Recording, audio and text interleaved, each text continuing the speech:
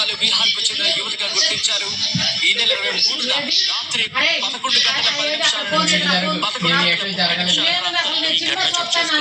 బీచ్లోకి కత్తితో ప్రవేశించాడు నిందితుడు. రూమ్ డోర్ కొట్టి లోపలికి ప్రవేశించి యువతిపై కత్తితో దాడి చేశాడు.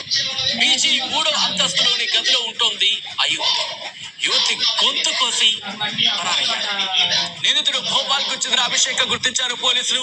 అభిషేక్ ప్రియురాలికి మృతురాలు కృతికుమారి ఫ్రెండ్.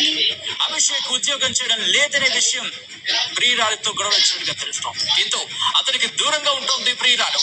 అయితే తన ప్రియురాలు దూరం అవడానికి కృతికుమారి కారణమని రగిలిపోయాడు అభిషేక్.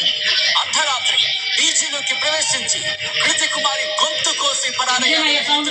నిందితుడు అభిషేక్ పోలీసులు చూస్తున్నారు. ఒక్కసారి ఆ డేట్ అండ్ టైం మీరు చూడొచ్చు.